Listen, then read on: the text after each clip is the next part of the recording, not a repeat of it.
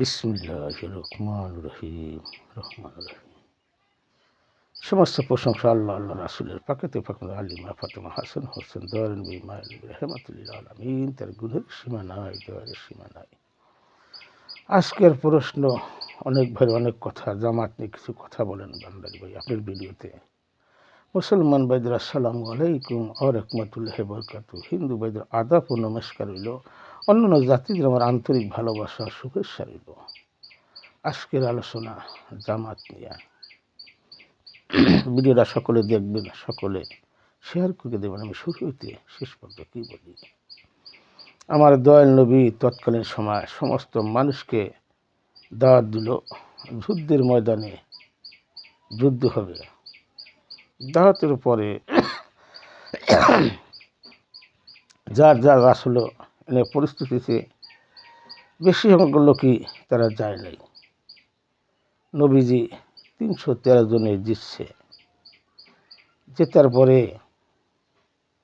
যারা তৎকালীন সময় যায় নাই, নবী হাতে কথা দিয়া কথা রাখে নাই, তাদের একটা চিন্তা চেতনা দাঁড়াই গেল কী করা যায় এখানে। তখন তৎকালীন সময় বাদশা ছিল, ওনার কাছে তারা দল ঢুকে গেল যে আমাদের নবীজির দাওয়াত দিছিল, আমরা তো যাই নাই যুদ্ধতে, এখন আমরা যুদ্ধ তো দয়াল নবী জিতছে 313 জন নিয়ে, এখন আমাদের পথটা কোথায়, আপনি একটা বুদ্ধি পরামর্শ দেন। তখন সেই তৎকালীন বাদশার দ্বারা যাওয়ার পরে সে একটা বুদ্ধি দিল, তোমরা কলেমার দাওয়াত দাও। কলেমার দাওয়াত দিয়া গ্রাম থেকে মানুষকে বুঝানোর চিন্তা ভাবনা করো। এই যে তারা কলেমার দাওয়াত দিয়ে কার কথায়, বাদশার কথায়, এখান থেকে শত্রু দাঁড়াই গেল নবী, দয়াল নবীর যে অন্তর্ভুক্তি যারা, তাদের হয়ে গেল, তারা হয়ে গেল শত্রু। আর জামাত শুরু হয়ে গেল, কলেমার দাওয়াত দিতে দৌড়ে। কার বুদ্ধিতে, বাদশার কথায়। কিন্তু নবীর কথা মানলো না, বাদশার কথা তারা মানলো। তারা কি করলো, তারা এই জামাতে শুরু হইলো। জায়গা জায়গায় যায়, ওই গাঠটি বসকা নিয়ে মানুষকে বুঝায়, মসজিদে থাকে, ঘুমায়।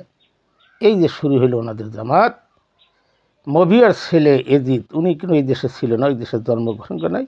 যখন জন্ম হবে তখন ওনারা ওই দেশে পাঠাই দিছে, ওখানে হয়েছে, বড় হয়েছে। তখন এই যে জমিদার বাদশা, উনি ওখানে গেল। যাওয়ার পর ওনাকে বুঝাইলো, তুমি এখানে কেন থাকবা, তুমি তোমার রাষ্ট্রতে তুমি চলে যাও। তখন ওনার রাষ্ট্র নিয়ে চলে আসলো। তখন বুদ্ধিমত করলো, ওনার সাথে বন্ধুত্ব হয়ে গেল বাদশার হাতে আর এজির সাথে। কি করা যাবে।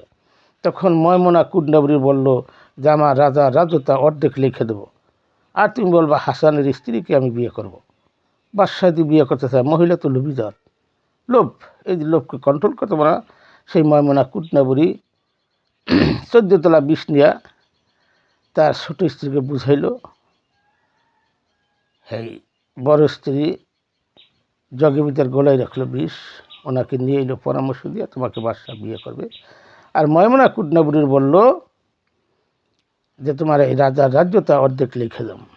তখন সেই বুঝের মাধ্যমে আজকে সেই বাদশার যখন এনে মারি গেল, জানা গেল হাসান বিষ পান করে সে মৃত্যুবরণ করে, শহীদ করছে। তখনই তার স্ত্রীকেও আটকাইলো, ময়মনা বুড়িকেও, কুটনাবুড়িকে আটকাইলো যে তুমি যদি আমার কথায় একটা লোক মারি গেলেই তো পারো, তাতে আমারও মারতে পারো, অন্য রাজার হাতে সম্পর্ক হইলে তখন তুমি আমারও মারতে পারো, তোমার রাখা ওনারা কারাঘরে বন্দি করে রাখলো। এগুলা বিষয়বস্তু অনেক কথা আছে ভাই, এত কথা ভিডিওতে বলা যাবে না, সংক্ষেপে কিছু কথা বলি। এখন দেখা যায় অনেক মসজিদে দেখি জামাতের কথা তারা বলছে, যদি রাজনীতি আলোচনা না করা যায় তাহলে কোরআন পড়া যাবে না। এই যে একটা কথা, মুনাফিক কথা, যেখানে কোরআনের সাথে রাজনীতির সাথে কি সম্পর্ক হইল। হ্যাঁ, রাজনীতি আছে, কোরআনও আছে, হাদিসও আছে। তাহলে বিশ্ববিজ্ঞান কোরআন প্রত্যেকটা মানুষের জীবন বিধান, কিন্তু সেখানে যারা যারা যেই মসজিদে আলোচনা করতে দিয়েছে তাদের চাকরি রয়েছে, আর যারা আলোচনা করতে দেয় নাই তাদের চাকরি দিকে বাদ করে দিয়েছে। এই যে দেশে শুরু হইল, এই জামাত যদি ক্ষমতা যায়, এই পশ্চিমবঙ্গ কথা অনুযায়ী, তাহলে এই দেশটারে পতনের বাকি নাই। তখন এই দেশ আর দেশ থাকবে না, লক্ষ লক্ষ লোক মারা যাবে। দেখেন এর আগে 7 গ্রুপ আর জুবাইর গ্রুপ যেইভাবে তারা যুদ্ধ করে, একই দলের জামাত, সেই জামাতে জামাতে একজন আর একজন মারতে দ্বিধাবোধ করে না, একজন রক্ষাতে দ্বিধাবোধ করে না। এই যে তুমুলভাবে গণ্ডগোল হলো, আবার যদি জামাত যদি সে যায়, ক্ষমতা যায়, তাহলে দেশটা কোথায় যাবে? কেয়ারটেকার সরকার, কোরআন আছে, হাদিস আছে, ঘুষখোর সুদখোর, সে জাহান্নামী। এই দেশে আসার পরে ইসলাম দ্বারা কায়েম করলো 360 জন আউলিয়ার দেশ, সেই দেশে মাজার ভাঙ্গিয়া তছনছ করে দিয়েছে। ও ভাই, দোষগুণী মানুষ, দোষের একটা সীমা থাকবে, তারা তো সীমা ছাড়া লোক। উনি যার পরে অনেক মেল ফুটে দিয়ে তালা মারিয়ে আগুন দিয়া এই কেয়ারটেকারটা পড়াইছে, এগুলো আমার চোখে দেখে নাই ইতিহাস।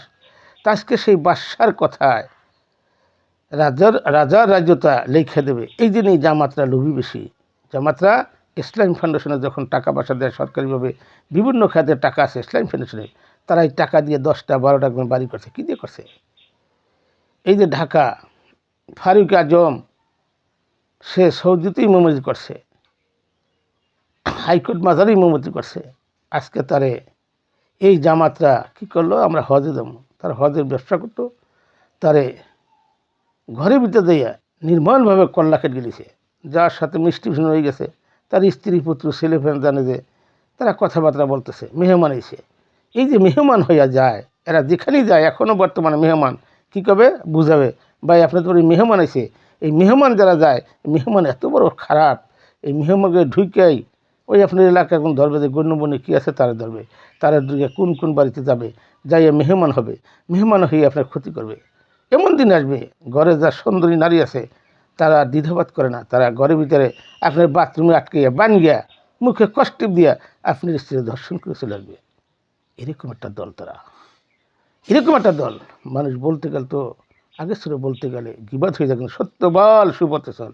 এই সত্য বলতে গেলেই ঘোর বিপদ। ভাই আপনারা অনেক ভাই অনেক প্রশ্ন রাখছেন, এইগুলা বলতে গেলে অনেক বাগবিদ আসে, চিন্তা চেতনা বিষয় আছে। কে বুঝবে? কয়জনে বুঝবে? কয়জনের জ্ঞান আছে? কয়জন আকৃতি আছে? নাই।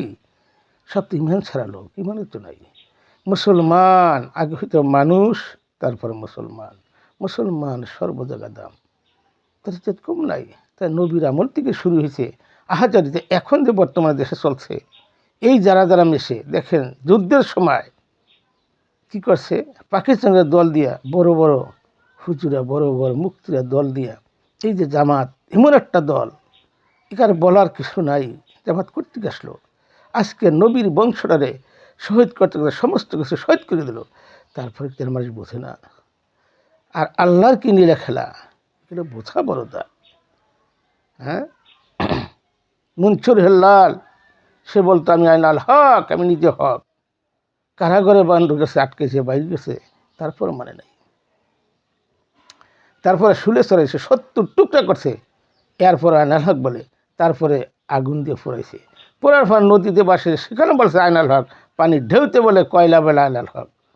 এগুলো মানুষ বোঝে না ভাই। সত্য কোথায় বলবো, তো মানুষ নাই, মানুষ থাকলে বলে দিত। প্রত্যেক আশেপাশেও মোনাফেকের অভাব নাই। মোনাফেক খুব ভয়ঙ্কর জিনিস, আপনি একটু খুঁজে দেখেন, দেখেন আপনি পিছনে চড়াই দেবে। সাধারণ মানুষ যারা মুনাফিক,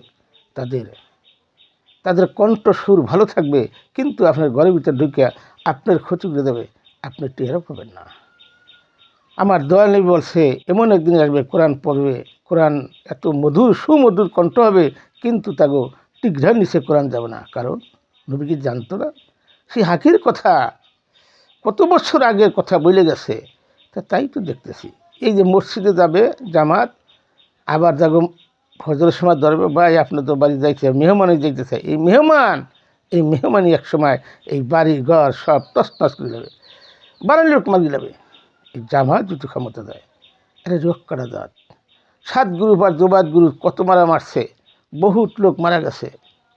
এই যে টুঙ্গি ইস্তেমানিয়া, বহুত লোক মারা গেছে। এখন বা সেই জামাত একত্র হয়ে যদি তারা নির্বাচনে কখনো আসে, আর কখনো সে গদিতে বসে, এই দেশের 12 লোক মরে দেবে। এই মারামারি হানাহানি কারাকারি করিয়া এক ভাই একবারই মারবে, এক ভাই একবার গুতাগুতি করবে। এই ছিল কথা। এগুলো বলতে গেলে বিপজ্জনক, আমি বলতে চাই না। আর এক ভাই এক প্রশ্ন করছে, ভাই স্বামীর হুকুম বড় না স্ত্রীর হুকুম বড়? খুব সুন্দর প্রশ্ন। স্বামীর হুকুম বড় না একজন গুরুর হুকুম বড়? দেখেন, গুরু শিখাবে ইবাদত, আর স্বামী তার খাওন পোশাক, তার ইজ্জত মান আপত্তির মধ্যে ঢেকে রাখা সমস্ত দায়িত্ব স্বামীর উপর থাকে। ওইদিকে স্বামী বড়, গুরুর থেকে স্বামী বড়। আর স্বামী সে বিয়ে শাদী করে, এটা পরহিল্লা করে দেয়। বাবা মা নাইবি খোদা। যদি কারো বিয়ের পর বাবা মার দিক বেশি টান থাকে, তাহলে ওই সংসার আয়োন্নতি হয় না, ধ্বংসের মতো চলে যায়, ধ্বংসের সমান লাগে না। আর গুরু শিখায় ইবাদত, এই জন্য স্বামীর হুকুম বড়, গুরুর হুকুম থেকে। আবার যদি সেই স্ত্রী স্বামী স্ত্রী আবার এক জায়গায় আহলাবাদ গ্রহণ করতে পারে, বোঝে, তখন সেটা হলো অন্য আলাদা হিসাব। এগুলো বোঝায় বসতে গেলে অনেক সময়ের দরকার ভাই, এত খোলা বলা যাবে না, এক কথা অনেক কথা আসে। এগুলো ভাই একটার পর একটা প্রশ্ন আসে। এগুলো বলতে গেলে গুরুর হুকুম থেকে স্বামীর হুকুম বড়। স্বামীর মন গছে চলতে পারে, টাকা পয়সা অর্থ সম্পদ শাড়ি গয়না হইতে স্বামী সব কিছু দিয়ে দিলে স্বামীর হুকুম বড়, গুরুর হুকুম ছোট। আগে হলো বাপ মার হুকুম বড়। তার বাপ মা যখন হিল্লা করে দিয়ে দেয়, বিয়ে দিশে দিয়ে দেয়, তখন স্বামীর উপর সমস্ত দায়বদ্ধ চলে আসে। তার স্বামী যা কয় এটা স্ত্রীর মানতে হয়। যে স্ত্রী মানবে না, সেই সংসারে পতন হয়ে যাবে, সেই সংসারে উন্নতি থাকবে না। এগুলো ওই বোঝার ব্যাপার আছে। অনেক কথা, এক কথাতে এত কথা বোঝা না, এক কথা হাজার হাজার কথা হয়ে যায়। কিন্তু সংক্ষেপে আমি বুঝাইলাম, এটুকু বুঝে নেবেন। স্বামীর হুকুম বড়, গুরুর হুকুম থেকে স্বামীর হুকুম বড়, এতটুকু বুঝলাম। কীভাবে বুঝবেন এটা আপনাকে ব্যক্তিগত ব্যাপার, এই বিষয়বস্তু এত বলা যাবে না। অন্য সময় তো সময় কখনো পাই, তখন বিশ্বাস বলব। ইবাদতের জন্য গুরুর কাছে যাইতে হবে, গুরু ধরতে হবে, কিন্তু স্বামীর হুকুম বড়। তবে স্বামীকে কন্ট্রোল ছাড়া স্ত্রী বাইরে যাইতে বিধান নেই। যারা স্বামী স্ত্রীর ভিতরে অমিল থাকে, স্ত্রী যদি মারা যায় আগে স্বামী যদি দোয়া করে যে আমার স্ত্রী ভালো ছিল, সে জান্নাতি হয়ে যাবে। কিন্তু অপরাধ যদি স্ত্রী করে, স্বামীর এই দায়বদ্ধ হইতে হবে, তার শরীরদের ভাগিদের। কিন্তু স্ত্রী যদি স্বামীতে অপরাধ করে, এটা কোনো স্ত্রী নেবে না। এগুলো বোঝার বিষয় অনেক কথা আছে, এত কথা ভাই ভিডিওতে বলা যাবে না। আমি সংক্ষেপে কিছু কথা বললাম। স্বামীর হুকুম বড়, গুরুর থেকে। হ্যাঁ, গুরু ধরে সে ইবাদতের কিছু কথাবার্তা শিখাবে। মন ধরে স্বামী স্ত্রী দুজন যদি আহিলাবাদ গ্রহণ করে, তাহলে সেখানে ফজিলত আছে আলাদা, যখন সে বুঝবে। আর যখন সে বুঝবে না, তখন স্বামীর বিরুদ্ধে স্ত্রী যেতে পারবে না, গেলে সে জাহান্নামী। সে যত ইবাদত বন্দিগিরি করুক, কোনো কাজে লাগবে না। আর যদি বিয়ে শাদীর পর যদি স্বামীর কথা না শুনে বাপ মার কথা শুনে তাদের ক্ষতি চায় এবং অন্য দিক দিয়ে যদি তাদের টানা টানে, তাহলে সেই সংসারে আইনই থাকে না। এগুলো বোঝার বিষয় আছে। এগুলো এক কথা দিয়ে বোঝা যায় না। তবে সংক্ষেপে বললাম, স্বামীর হুকুম অনেক বড়। এগুলো বুঝতে হবে, জানতে হবে, খুঁজতে হবে। টাকা পয়সা অর্থ সমাজ ঘর সংসার ছেলে মেয়ে স্বামীর করে হয়। হ্যাঁ, গুরু কী শিখায়, ইবাদত বন্দেগী শিখাবে। তুমি এই পথটা ভালো, এই পথটা খারাপ। একটা ভালো পথ, একটা খারাপ পথ। ভালো পথটা শিখে, কোনো গুরু শিখে না, খারাপ বুদ্ধি দেয় না। তবে স্বামী স্ত্রী মুরিদ হয় অনেক উত্তম, যাতে ঝরকার ঘর না আসে। আর যখন স্বামী একদিকে স্ত্রী একদিকে, তখন ওই সংসারে কলকুচকি ঝরকার জল বাদ বিকাশে সেই সংসারে শান্তি আসে না, শান্তি বসবাস করে না। প্রত্যেকটা হুকুম যদি স্বামীর না মানে, অনেকগুলো কথা সেগুলো যদি না মানে, তাহলে সে জাহান্নামী। পৃথিবী পড়বে, পৃথিবী জানবে, সে জাহান্নামী। সে যদি মনে করে আমি বড় স্ত্রী, পড়াশোনা করছি, আমি জানি, অনেক কিছু বুঝি, টাকাবাড়ি করে, তাহলে তারা ইবাদত বন্দেগী নিমিষে শেষ হয়ে যাবে। তারা ঠিকানা আমার আল্লাহ দেশে কারে দিয়া ৭০,০০০ ফেরেশতার সর্দার ছিল আজাদির সালাতু সালাম।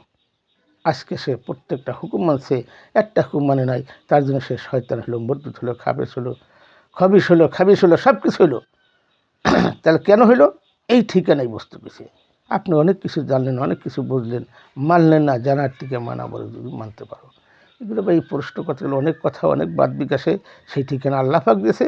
আমাদের ভিতরে হুজুর মুক্তি অনেক কিছু আছে, সবাই না। অনেক কথা মানবে, এক কথা মানবে না, সে ওই পথের পথে গেছে ভাই। এই ছিল আপনার কথা। জামাত কর্তৃক আসলো, কেমনে আসলো, কি বিষয়বস্তু, সংক্ষেপে বলছি, এত কথা বলা যাবে না। এই 7 গ্রুপ আর দুবাইয়ের গ্রুপ, দুই পক্ষে মারামারি করে বহুত লোক মারা গেছে। তো এখন যে সেই জামাত ইসলাম আপনার বাড়িতে যাবে, আপনার এলাকা যাবে, মেহমানে যাবে, এই মেহমানে ঢুকিয়া আপনারা শান্তি মতো ঘুমাইতে পারবে না। আমি এতটুকুই বললাম। যা সুন্দরী স্ত্রী আছে, তার ঘরে জায়গা দেবেন, এই যে বলৎকার কারা করে, এই জামাত থেকে যারা পড়বে লিখে মাওলানা এবার চলে গেছে ছাত্র পড়ায়, তারা এই বলৎকারগুলো করে। আর এর বেশি কিছু ভাঙলাম না, এই জামাত থেকে এগো অনেক হুজুর বদনাম হয়। কেন? সব হুজুর তো সমান না, অনেক হুজুরে ভালো আছে। আমার সাথে অনেক ভাইয়ের সাথে কথা, অনেক মাওলানার সাথে কথা হয়, অনেক মুক্তির সাথে কথা হয়, অনেক কিছু সবই যে খারাপ তাও না, এর ভিতরে ভালো আছে, অনেক ভালো আছে। কিন্তু খারাপের ভাগ যদি এক এলাকায় একজন থাকে, ওই এলাকাই নষ্ট করে দেয়। বাইরে 1 মণ দুধ দিলে 2 ফুট আসে না, ফলে শেষ দুধ। তো এরকম খারাপ থাকবেই। ধানের থাকলে চিড়া থাকবে, চাল থাকলে মরা চাল থাকবে, মানুষ থাকলে খারাপ থাকবে, এটাই বিধান। এখন এইগুলা বইলা এর ভিতর বাসখানকে সবাই সতর্কভাবে চলতে পারেন যে কোথায় আমরা ভোটটা দেবো, কোন জায়গা দিলে আমরা কামিয়াব হইতাম। আজকে শেখ হাসিনা খারাপ, তার আমলারা খারাপ, সে খারাপ না, সে দেশে গাড়ি কোনে বাড়ি কোনে, তার আমলারা দেশটারে ধ্বংস করে দিয়েছে। তাদের বুদ্ধি পড়াশোনা ভালো ছিল না, তারা নিজেরা আপন করতে চায়। রাজনীতি ব্যবসা না, রাজনীতিটা নীতি, যার আছে নীতি তার নিজের রাজনীতি, যার নাই নীতি তার কি আছে রাজনীতি, এগুলো তো মানুষ বোঝে না। মানুষ রাজনীতি বোঝেই নেই, রাজনীতি কি, যার আছে নীতি তার জন্য রাজনীতি, আর যার নাই নীতি তার নিকে কোনো নাই রাজনীতি। তেন নীতি ছাড়া লোক করে রাজনীতি, তো এই দেশে শান্তি কীভাবে আসবে ভাই? আপনারা সংক্ষেপে বুঝে নেবেন আমার ভাইরা মায়েরা, দেশের আমলারা দেশটা ধ্বংস করে দিয়েছে। এই কেয়ারটেকার সরকার বহুত মাজার ভাঙছে, এগুলো বুঝবে কোনো লাভ নেই। আল্লাহ পাক তাদের হাজাত করবে, আল্লাহ পাক বিচার করবে, আমরা এই কামনা করি। আমাকে অসহায়, আমরা কী করবো? তরিকা মাইজমানে কী শিখায়? আদর্শ শিখায়, আদালত শিখায়, মিনতি শিখায়। 50 ওয়াক্ত নামাজ পড়ছেন, নবীকে পান নাই, স্বপ্ন পান নাই, আপনার রোজা নামাজ হজ যাকাত সব কলেমা সব বৃথা হয়। এগুলো মাঝে বোঝে না, খোঁজে না, রাখিলে হয় না। মক্কা হইতে মদিনা ইয়া রাসূলুল্লাহ, লা ইলাহা ইল্লাল্লাহু মুহাম্মাদুর রাসূলুল্লাহ সাল্লাল্লাহু আলাইহি ওয়াসাল্লাম।